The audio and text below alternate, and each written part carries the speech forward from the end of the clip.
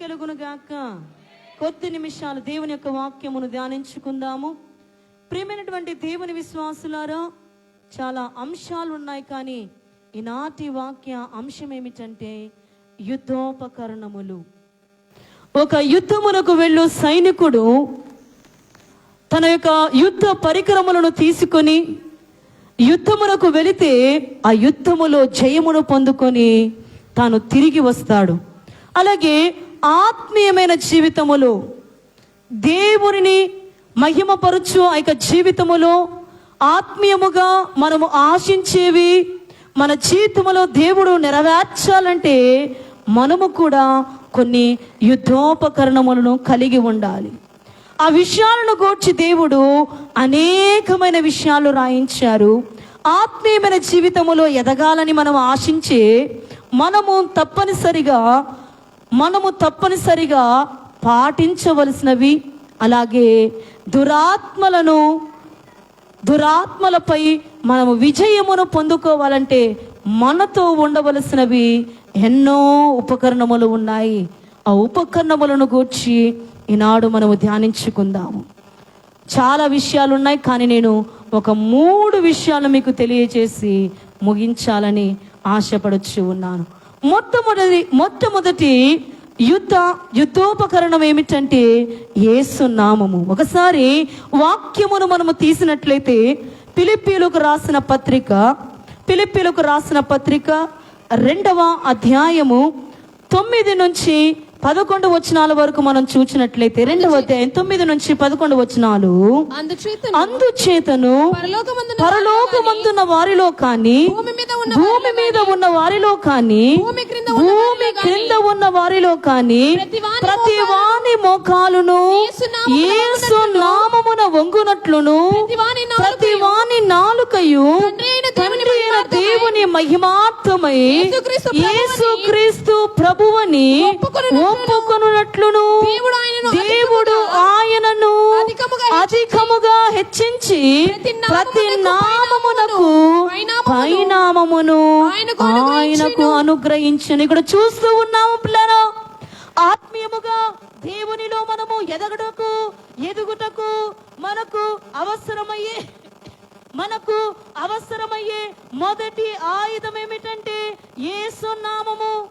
కొందరు కొన్ని నామాలు కలిగి ఉంటారు, కొన్ని పేర్లు కలిగి ఉంటారు, కానీ దేవుని బిడలమైన మనము ఏ నామమును కలిగి ఉండాలంటే యేసు నామమును కలిగి ఉండాలి. అందుకే భక్తులైన వారు పాడుచు అంటున్నారు, యేసు నామము కంటే ఏది గొప్ప, యేసు నామము కంటే ఏది గొప్ప, యేసు నామము కంటే ఏది గొప్ప, యేసు నామము కంటే ఏది గొప్ప.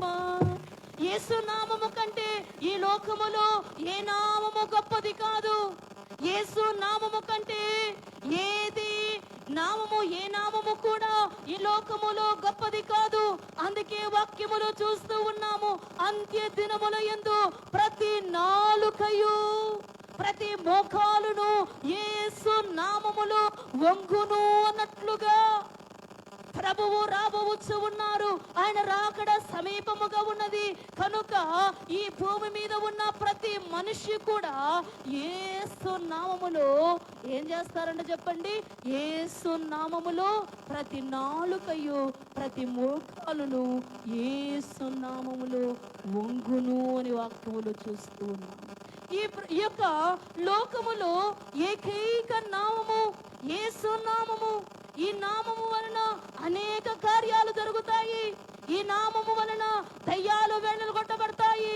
ఈ నామము వలన స్వస్థతలు జరుగుతాయి. ఈ నామము వలన గుడ్డివారు లేపబడతారు.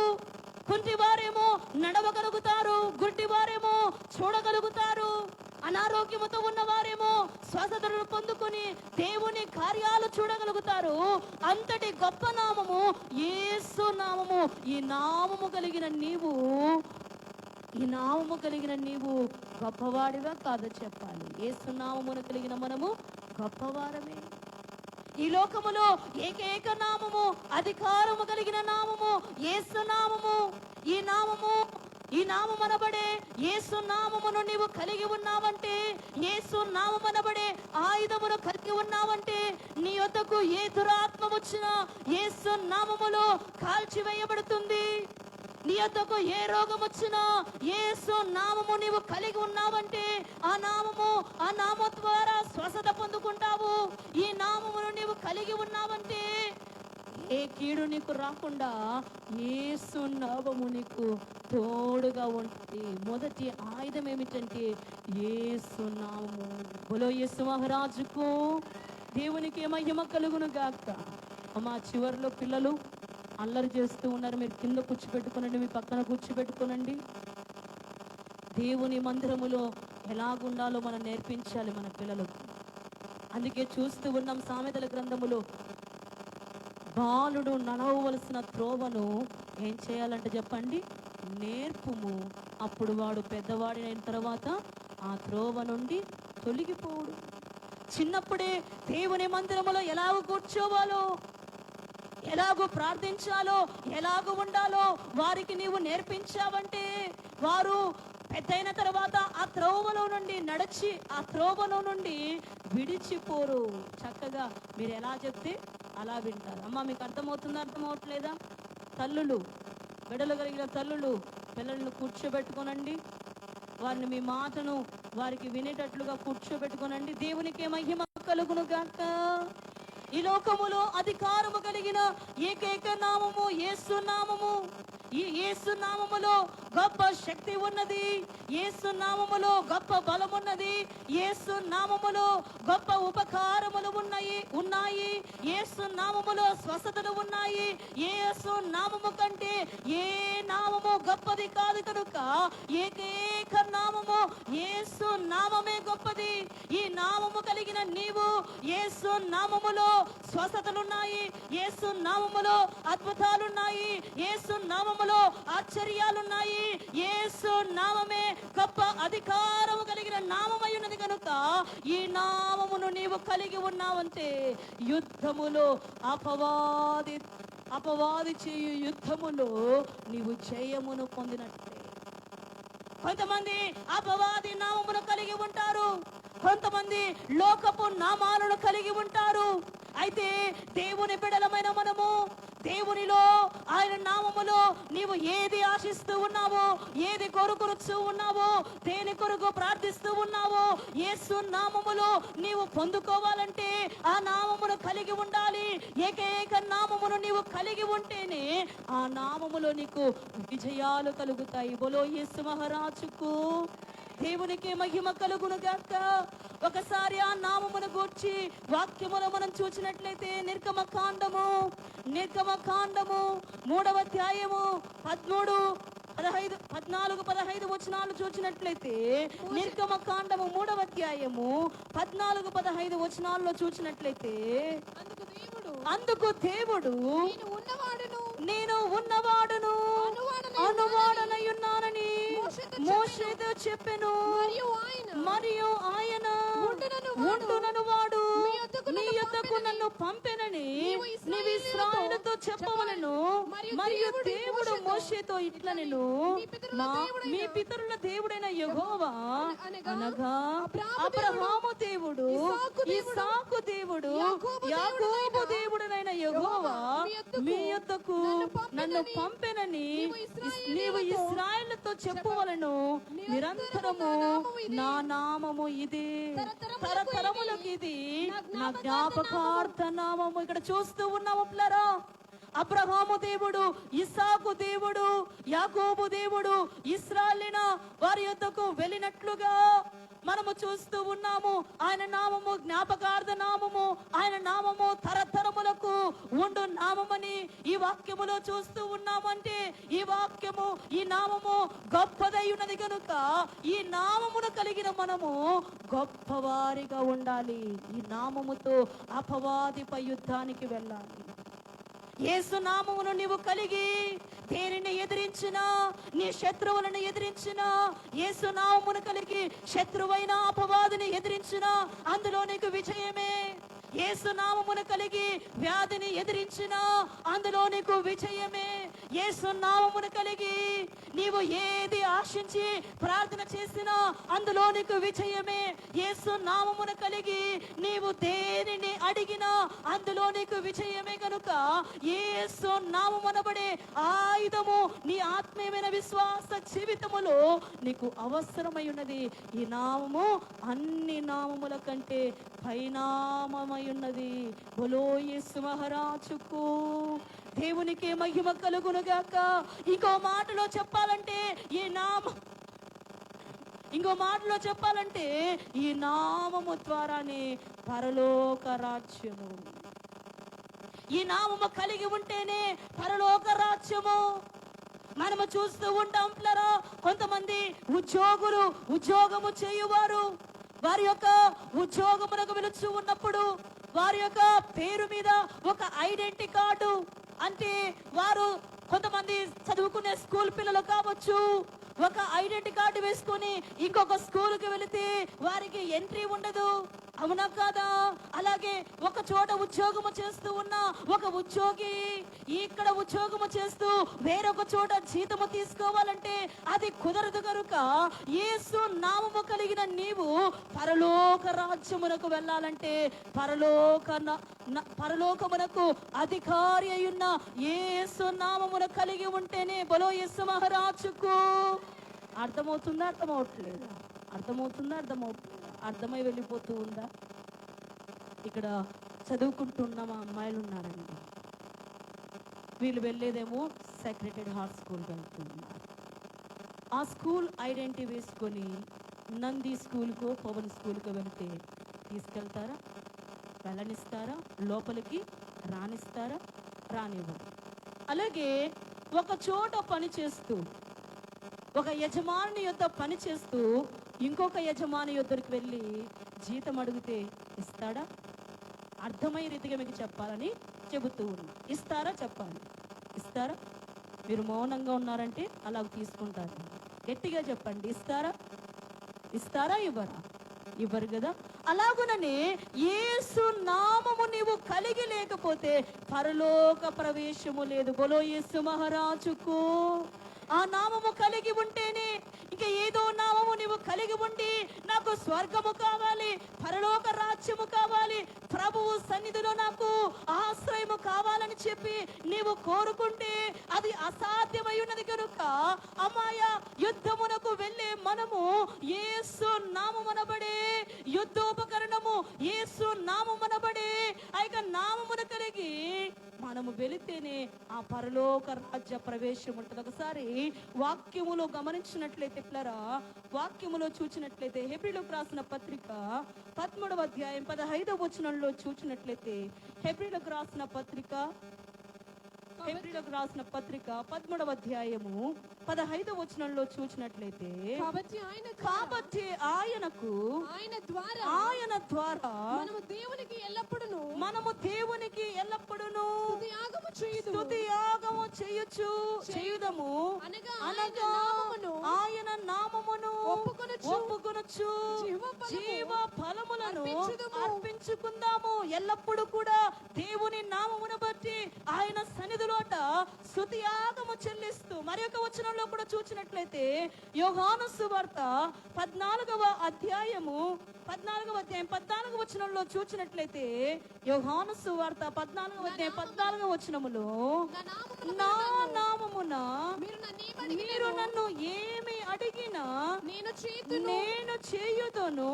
మీరు నన్ను ప్రేమించిన ఎడల నా ఆజ్ఞలను గైకొందురు.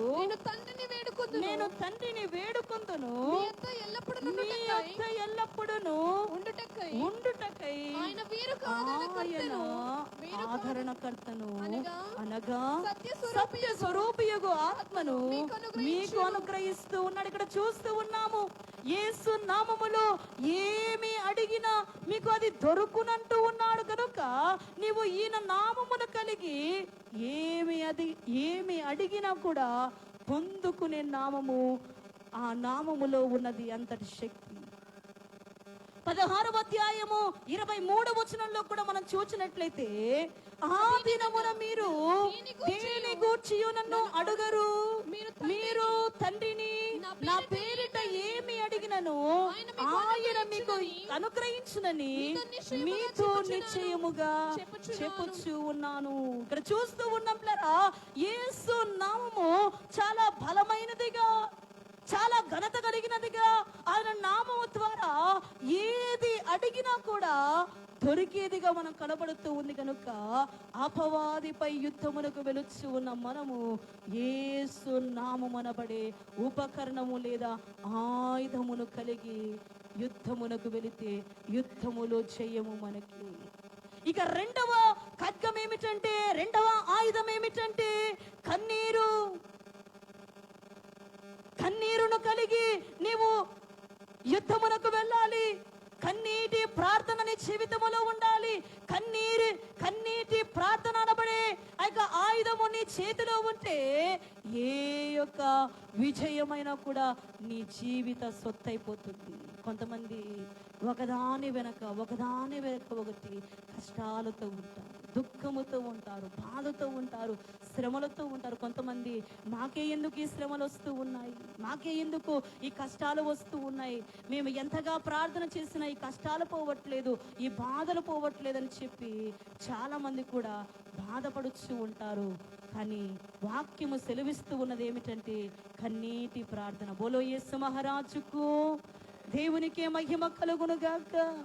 ఒకసారి వాక్యములో ధ్యానించుకున్నట్లయితే ఇర్మియా గ్రంథము 9వ అధ్యాయము 1వ వచనంలో చూచినట్లయితే, ఇర్మియా గ్రంథము 9వ అధ్యాయము 1వ వచనంలో చూచినట్లయితే, ఇర్మియా గ్రంథము నా జనులలో హతమైన వారిని గూర్చి నేను దివారాత్రము కన్నీరు విడుచునట్లు నా తల జలమయముగాను నా కన్ను కన్నీళ్ళ ఊటగాను ఉండును గాక. ఇక్కడ చూస్తూ ఉన్నాము పిల్లరా, తన ప్రజలైన వారి కొరకు ఇక్కడ కన్నీళ్ళు కాచుచూ ఉన్నట్లుగా నా జనులలో హతమైన వారిని కూర్చి నేను దివారాత్రము కన్నీరు విడుచుచు నా తల జలమయముగాను నా కన్ను కన్నీల ఊటగాను ఉండునుగా. కానీ ఇక్కడ ప్రార్థన చేసుకుంటూ ఉన్నాను. నీ జీవితంలో ఉన్న కష్టాలు పోవాలంటే, నీ గృహములో ఉన్న ఇబ్బందులు పోవాలంటే, నీ కుటుంబములో ఉన్న వేదన పోవాలంటే కన్నీటి ప్రార్థన చాలా అవసరము. కన్నీళ్లతో ప్రభు యొక్క పాదాల యొద్ద పడుట చాలా అవసరమయ్యున్నది. నీవు ఎప్పుడైతే కన్నీళ్లతో ప్రార్థన చేస్తావో దేవుడట ఎవరినైనా దాటి వెళతాడేమో, కానీ కన్నీటితో ప్రార్థన చేసే వారి యొక్క ప్రార్థనను దేవుడు దాటి వెళ్ళడట. అందుకే మనం చూస్తూ ఉన్నాము, ఆ గుడ్డివాడు ప్రభు వెలుచు ఉంటే దావీదు కుమారుడా నన్ను దాటి వెళ్ళకుము అని చెప్పి అడుచు ఉన్నాడు. ఈ లోకములో దేనిని గూర్చి నీవు ఎవరిని గూర్చి ఎక్కువగా చింతిస్తూ ఉన్నావు, కానీ నీవు చింతింపవలసినది యేసు నామమును బట్టి, ఆయన సన్నిధిలో ఆయన పాదములను బట్టి నీవు కన్నీళ్లు కార్చవలసిన అవసరత ఎంతగానో ఉన్నది. అందుకే భక్తులు కూడా పాడొచ్చు అంటున్నారు, నా కన్నీరు తోడుచువాడా,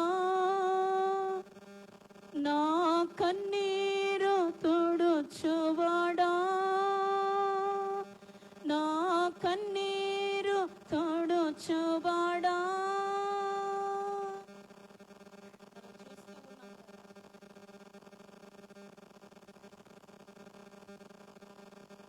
నా కన్నీరు తోడుచువాడా,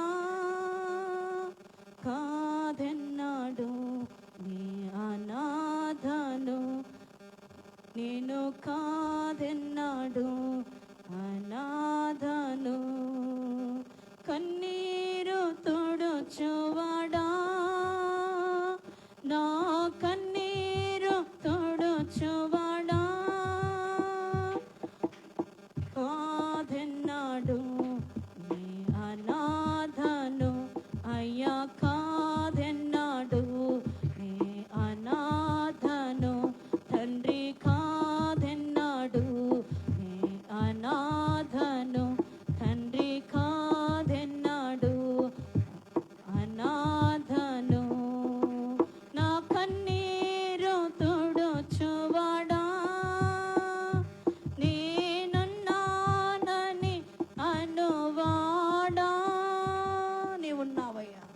కన్నీరును ఆయనే తుడుచువాడు.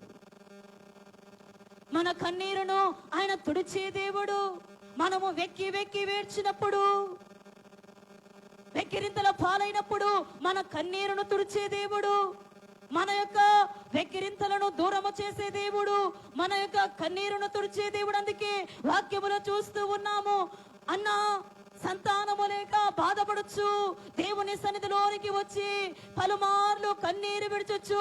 ఆయన సన్నిధిలో నీవు నాకు గర్భఫలం ఇస్తే, దేవా ఆ కుమారుడు పాలు మారిన తర్వాత నీ యొద్దకు తీసుకుని వచ్చి నీ సన్నిధిలో కానుకగా అర్పణ చేసుకుంటానని కన్నీరు విడిచొచ్చు ప్రభువును అడగగా, ఆ కన్నీటి ప్రార్థనను ఆలకించి ప్రభువు ఆమెకు సంతాన భాగ్యమునిచ్చినట్లుగా.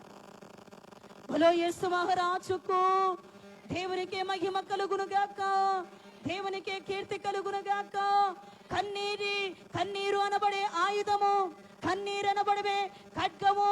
విశ్వాస జీవితములో మనము ముందుకు వెళ్ళాలంటే, ఎందులోనైనా ఆత్మీయముగా మనము ఎదగాలంటే కన్నీటి ప్రార్థన చాలా అవసరమై ఉన్నది. దేవుని సన్నిధిలో కన్నీటి ప్రార్థనకు చాలా గొప్ప నెరవేర్పు ఉన్నది కనుక ఈ కన్నీటి ప్రార్థనను ప్రభువు పాదాల యొక్క కన్నీటి ప్రార్థన నువ్వు చేసావంటే దేవుడు దేనిని దాటి వెళ్ళినా మన కన్నీటిని చూసి ఆయన దాటి వెళ్ళలేడు కనుక కన్నీటితో ప్రభువు నడు. ఈ లోకములో ఎవరి ద్వారా నీకు సహాయము రాదనుకున్న సమయములో, ఇక ఎవరు నాకు సహాయము చెయ్యరు అని చెప్పి నీవు బాధపడుచు ఉన్న ఇక సమయములో ప్రభు పాదాల యొద్ద పడి, దేవా నీవే నాకు దిక్కు, నీ పాదములే నాకు దిక్కు, నీ హస్తములే నాకు ఆదరణ అని చెప్పి ప్రభు యొద్ద నీ యొక్క కన్నీటి ప్రార్థనను, నీ యొక్క కన్నీళ్లను ధారపోసిన ఎడల దేవుని కార్యమును చూడగలుగుతావు. అమ్మా ఇక్కడ చూడాలి, దేవునికి మహిమ కలుగునుగాక. తలలు కిందికి వేసేస్తారు. అర్థమవుతుందో అర్థమవుతలేదు చెప్పండి. యేసు నామము అనబడే ఆయుధము మనము కలిగి ఉండాలి. రెండవదిగా కన్నీళ్ళనబడే ఆయుధమును కలిగి ఉంటే విశ్వాస జీవితములో దేవునికి మనము గొప్పగా దేవునిలో వాడగలుగుతాము, దేవుని కార్యాలు చూడగలుగుతాము. ఇక మూడవదిగా మనం చూసినట్లయితే పిల్లరా, మూడవ ఆయుధం ఏమిటంటే దేవుని వాక్యము అనబడే ఆయుధము. ఒకరోజు ఓ విశ్వాసి ఒక ఊరికి ప్రార్థన వెళుచు ఉండగా తన చేతిలో బైబిల్ పట్టుకుని వెళితే ఒక ఆవిడ దంట చేతిలో బైబిల్ కాదు, గుండెలో బైబిల్ను పెట్టుకోమన్నట. బోలో యేసు మహారాజుకు. కొంతమంది ఈ బైబిల్ను షో కొరకు తీసుకుని వస్తూ ఉంటారు. ఏదో ఎవరో చూడాలని చెప్పి బైబిల్ను తీసుకుని వస్తూ ఉంటారు. కానీ మనము చూస్తూ ఉన్నాము, వాక్యము దేవుడై ఉండెను, దేవుని యొక్క వాక్యం ఉండెను. ఆయన శరీరధారి అయి ఈ లోకానికి వాక్యముగా వచ్చి ఉన్నారని మనం చూస్తూ ఉన్నాము కనుక ఈ వాక్యము పరిశుద్ధ గ్రంథము మనతో ఉంటే, ఈ వాక్యం అనబడే వాగ్దానము మన చేతిలో ఉంటే, మనతో ఉంటే ప్రతి విజయము కూడా మన సొత్తే కనుక వాక్యం అనబడే ఆయుధమును మనం కలిగి ఉండాలి. ఎంతమంది ఈరోజు మనుషులు చూడాలని పరిశుద్ధ గ్రంథమును పట్టుకొని వస్తూ ఉన్నారు. ఎవరో నిన్ను చూడాలని నీవు పరిశుద్ధ గ్రంథమును పట్టుకుని వస్తూ ఉన్నావు. అమాయ నిజముగా నీ చేతిలో కాదు, కానీ ఈ గ్రంథం ఉండవలసినది నీ గుండెలో ఉండాలి. ఈ గ్రంథము నీ గుండెలో ఉండాలి. ఈ యొక్క వాక్యము అంతటి బలమైనది, అంతటి శక్తి కలిగినది కనుక వాక్యములో ధ్యానించినట్లయితే ఎఫెసీయులకు రాసిన పత్రిక 6వ అధ్యాయం 17వ వచనంలో చూచినట్లయితే, ఎఫెసీయులకు రాసిన పత్రిక 6:17 వచనములో, ఎఫెసీయులకు రాసిన పత్రిక 6:17 వచనములో చదువమ్మా. మరియు రక్షణయను శిరస్నానమును దేవుని వాక్యమును ఆత్మ ఖడ్గమును ధరించుకునుడి. ఆత్మ వలన ప్రతి సమయమంతును ప్రతి విధమైన ప్రార్థనను విజ్ఞాపనము చేయొచ్చు. ఆ విషయమై సమస్త పరిశుద్ధుల నిమిత్తమును పూర్ణమైన పట్టుదలతో విజ్ఞాపన చేయొచ్చు. మెలకువగా ఉండు. ఇక్కడ చూస్తూ ఉన్నాము పిల్లరా, ఆత్మ ఖడ్గము వాక్యం అనబడే ఖడ్గము నీ చేతిలో ఉంటే, ఆ వాక్య ఖడ్గము నీలో ఉంటే ఏ బాధ నీ యొద్దకు రాదు, ఏ వ్యాధి నీ యొద్దకు రాదు. ఆ యొక్క వాక్యం అనబడే ఖడ్గము నీ హృదయములో ఉంటే, నీ గుండెలో ఉంటే ఏ చీకటి రాదు, ఏ దురాత్మ నీ యొద్దకు రాదు. కనుక వాక్యము ద్వారానే ప్రభువు ఆ రోజు సైతానును జయించాడు. నీవు కూడా ఆత్మీయముగా వాక్యము ఖడ్గమును పట్టుకొని ఈ లోక సాతానును జయించగలుగుతావు. కనుక వాక్యం అనబడే ఖడ్గం మనలో ఉండాలి. నీ వాక్యమే నన్ను బ్రతికించును, బాధలలో నెమ్మదినిచ్చెను. నీ వాక్యమే నన్ను బ్రతికించెను, బాధలలో నెమ్మదినిచ్చెను. కృపాశక్తి దయాశక్తి సంపూర్ణుడా, వాక్యమై ఉన్న యేసు వందనమయ్యా. కృపాశక్తి దయాశక్తి సంపూర్ణుడా, వాక్యమై ఉన్న యేసు వందనమయ్యా. నీ వాక్యమే నన్ను బ్రతికించెను, బాధలలో నెమ్మదినిచ్చెను. శత్రువులను ఎదుర్కొని సర్వాంగ కవచమై యుద్ధమునకు సిద్ధ మనసునిచ్చుచున్నది.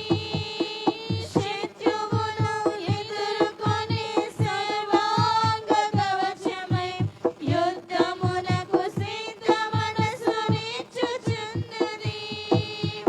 అపవాది వేయుచున్న అగ్ని బాణములను, అపవాది వేయుచున్న అగ్ని బాణములను ఖడ్గము వలె ఎదుర్కొని ఆర్పివేయుచున్నది. ఖడ్గము వలె ఎదుర్కొని ఆర్పివేయుచున్నది.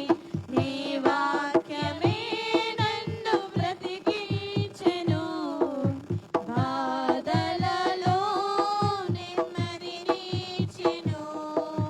కృపాశక్తి దయాశక్తి సంపూర్ణుడా, వాక్యమై ఉన్న యేసు వందనమయ్యా. కృపాశక్తి దయాశక్తి సంపూర్ణుడా, వాక్యమై ఉన్న యేసు వందనమయ్యా. ఈ వాక్యము నీ చేతిలో ఉంటే బాధలలో నుండి ఆదరణ, ఈ వాక్యము నీతో ఉంటే శ్రమలలో నుండి ఆదరణ, ఆ వాక్యమై నీ గుండెలో ఉంటే వాక్యధారుడై ఉన్న దేవుడే నీకు తోడు. గనుక వాక్యమనబడే ఖడ్గమును నీవు పట్టుకొని నీ విశ్వాస జీవితములో అపవాదిపై యుద్ధమునకు బయలుదేరాలి. ఒకవేళ ఈ వాక్యమే నీతో లేకపోతే అపవాది చేతిలో నీవు ఓడిపోగలుగుతావు, అపవాది చేతిలో నీవు నలిపివేయబడగలుగుతావు, అపవాది యొక్క పాదముల క్రింద త్రొక్కివేయబడగలుగుతావు. కనుక వాక్యమనబడే ఖడ్గము నీ విశ్వాస జీవితములకు చాలా అవసరమైనది. ఈ వాక్యమనబడే ఖడ్గము నీతో ఉంటే ఏ బాధ నీ యొద్దకు రాదు, ఏ శ్రమ నీ యొద్దకు రాదు, ఏ కష్టము నీ యొద్దకు రాదు.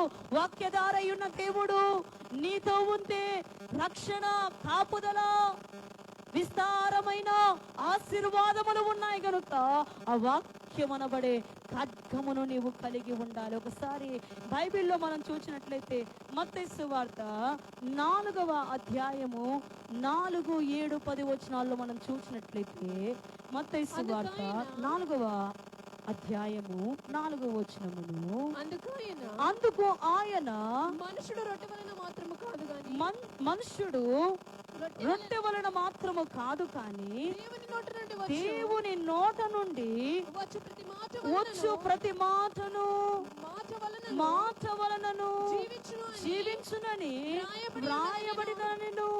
ఇక్కడ చూస్తూ ఉన్నట్లరా 7వ వచనములో 6వ వచనమును చదువుకున్నట్లయితే, నీవు దేవుని కుమారుడవైతే క్రిందికి దుముకుము, ఆయన నిన్ను గూర్చి తన దూతలకు ఆజ్ఞాపించును, నీ పాదం ఎప్పుడైనను రాతికి తగలకుండా వారు నిన్ను చేతులతో ఎత్తి పట్టుకుందరని వ్రాయబడి ఉన్నదని ఆయనతో చెప్పెను. అందుకు యేసు, ప్రభువైన నీ దేవుని నీవు శోధింపవలదని మరి ఒక చోట వ్రాయబడి ఉన్నదని వానితో చెప్పెను.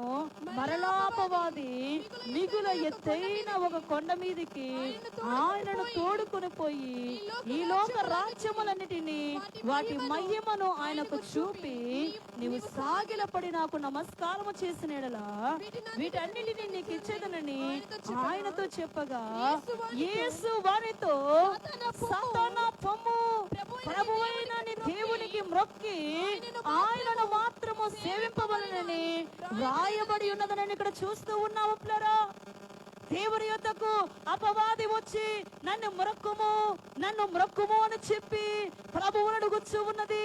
అయితే ప్రభు అంటున్నారు, ఓ సాతానా పొమ్ము, ఓ సాతానా వెళ్ళుమని చెప్పి ప్రభు మాట్లాడుచూ ఉన్నారు. గనుక నీవు వాక్యమనబడే ఖడ్గమును కలిగి ఉన్నావంటే అపవాది నీ యొద్దకు వస్తే వాడు నీ యొద్ద నుండి పారిపోవు. వాక్యమనబడే ఖడ్గము నీతో ఉంటే ఏ కీడు నీ యొద్దకు రాదు. వాక్యమనబడే ఖడ్గము నీ యొద్ద ఉంటే దురాత్మ నీ నుండి పారిపోతుంది.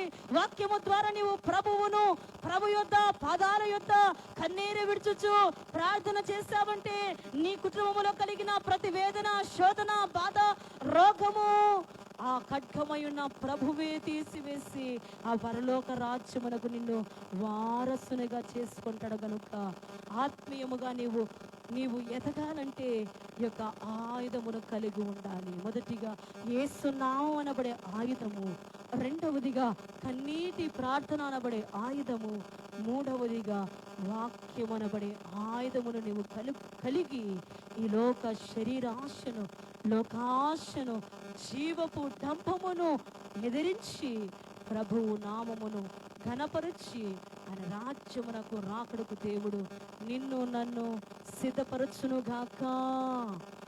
మోకరించి తీర్మానము చేసుకుంటాను. అయ్యా, ఇంతకాలము నేను లోకమునే ప్రేమించానేమో, లోకాశరణే